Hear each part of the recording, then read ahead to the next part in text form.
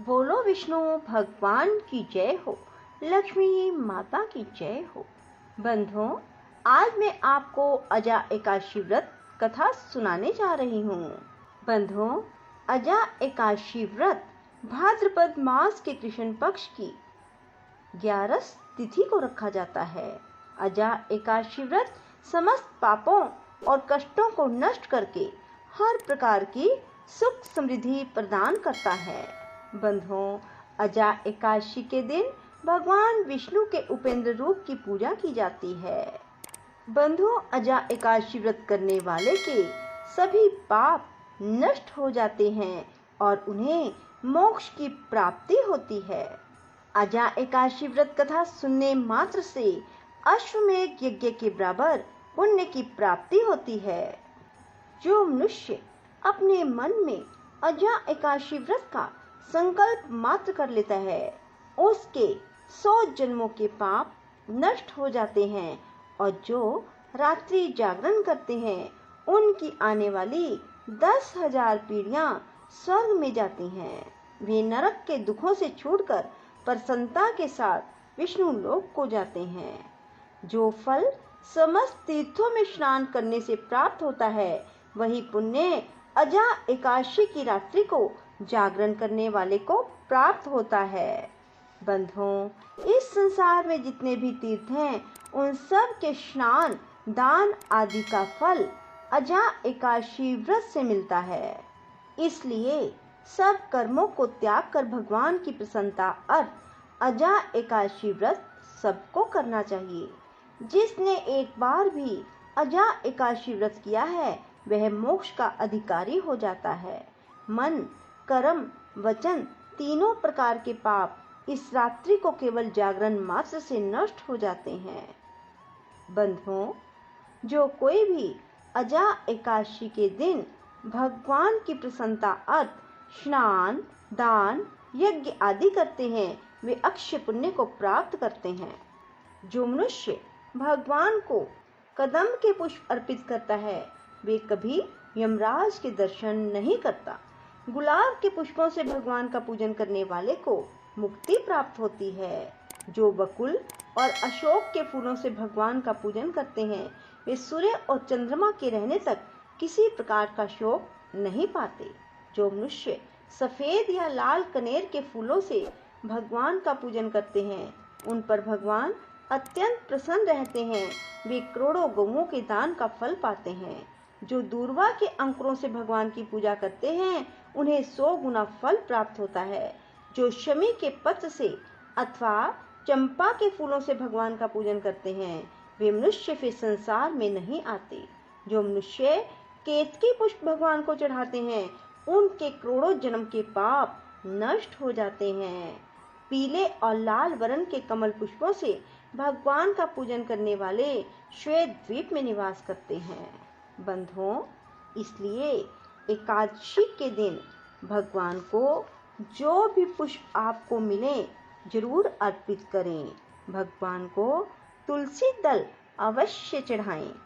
अजा एकादशी व्रत कथा। बोलो विष्णु भगवान की जय हो। धर्मराज युधिष्ठिर ने विनय पूर्वक भगवान श्री कृष्ण से कहा, हे देवकी नंदन, अब आप मुझे भाद्रपद मास के कृष्ण पक्ष की एकादशी के बारे में बताइए। इसका क्या नाम है, क्या विधान है, क्या महात्म है, यह जानने की मेरी प्रबल इच्छा है। भगवान श्री कृष्ण ने कहा, हे कुंती पुत्र, जन्म जन्मांतर के सभी प्रकार के समस्त पापों को नाश करने वाली इस एकादशी का नाम अजा एकादशी है। इस व्रत को करने से मनुष्य सब पापों से मुक्त हो जाता है। जो मनुष्य इस दिन भगवान ऋषिकेश का पूजन करता है, उसको अवश्य वैकुंठ की प्राप्ति होती है। अब मैं आपको कथा सुनाता हूँ, ध्यान पूर्वक सुनो। ये बात भगवान श्री कृष्ण कुंती पुत्र को कह रहे हैं। सतयुग में सूर्यवंश में सत्यवादी हरिश्चंद्र नामक एक महान प्रतापी चक्रवर्ती सम्राट थे। एक बार उन्होंने अपना संपूर्ण राज्य राज ऋषि विश्वामित्र को दान कर दिया। आज दक्षिणा चुकाने के लिए अपने पत्नी पुत्र और स्वयं को दास के रूप में बेच दिया। राजा शमशान में चंडाल का दास बनकर सत्य को धारण करता हुआ मृतकों का वस्त्र ग्रहण करता रहा, मगर किसी प्रकार भी सत्य से विचलित ना हुआ। कई बार राजा चिंता के समुद्र में डूबकर अपने मन में विचारने लगता कि मैं कहाँ जाऊं, क्या करूं जिससे मेरा उद्धार हो। इस प्रकार राजा को कई वर्ष बीत गए। एक दिन राजा इसी चिंता में बैठा हुआ था कि गौतम ऋषि आ गए। राजा ने उनको प्रणाम किया और अपनी दुख भरी गाथा सुनाई। राजा की बातें सुनकर गौतम ऋषि ने कहा, हे राजन, आज से 7 रोज बाद भाद्रपद मास के कृष्ण पक्ष की अजा नाम की एकादशी आएगी। तुम विधि पूर्वक उसका व्रत करो। इस व्रत के पुण्य के प्रभाव से तुम्हारे समस्त पाप नष्ट हो जाएंगे। राजा ने गौतम ऋषि के कहे अनुसार एकादशी आने पर विधि पूर्वक व्रत व जागरण किया। उस व्रत के प्रभाव से राजा के समस्त पाप नष्ट हो गए। आकाश में बाजे बजने लगे और पुष्पों की वर्षा होने लगी। ब्रह्मा, विष्णु, शिव, इंद्र आदि देवता भी उसके सामने आकर उपस्थित हो गए। उसने अपने मृतक पुत्र को जीवित और अपनी स्त्री को वस्त्र आभूषणों से युक्त देखा। इस व्रत के प्रभाव से राजा हरिश्चंद्र को पुनः राज्य मिला और अंत में सपरिवार स्वर्ग को चला गया। अंत में भगवान श्री कृष्ण ने कहा, हे युधिष्ठिर, यह सब अजा एकादशी के प्रभाव से हुआ था।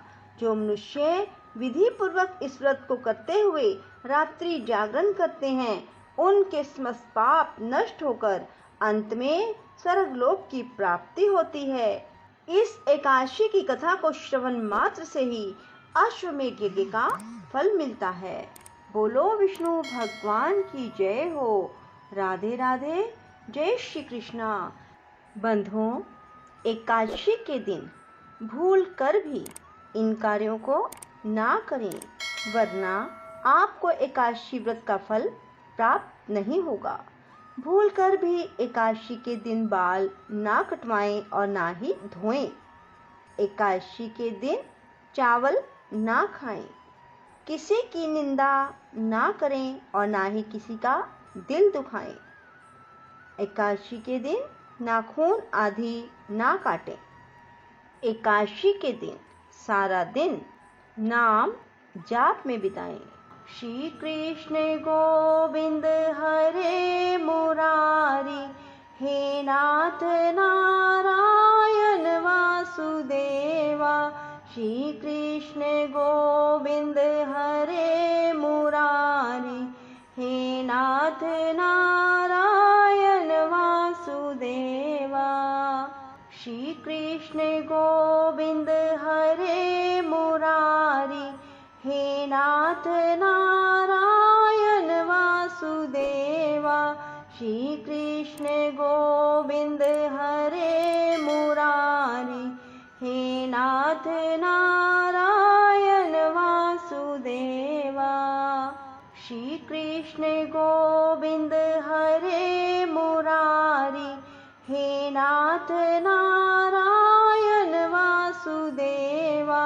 श्री कृष्ण गोविंद हरे मुरारी, हे नाथ नारायण वासुदेवा। श्री कृष्ण गोविंद हरे मुरारी, हे नाथ नारायण वासुदेवा। श्री कृष्ण गोविंद हरे मुरारी, हे नाथ नारायण वासुदेवा। श्री कृष्ण गोविंद हरे मुरारी, हे नाथ नारायण वासुदेवा। श्री कृष्ण गोविंद हरे मुरारी, हे नाथ नारायण वासुदेवा। श्री कृष्ण गोविंद हरे मुरारी, हे नाथ नारायण वासुदेवा। श्री कृष्ण गोविंद हरे मुरारी, हे नाथ नारायण वासुदेवा।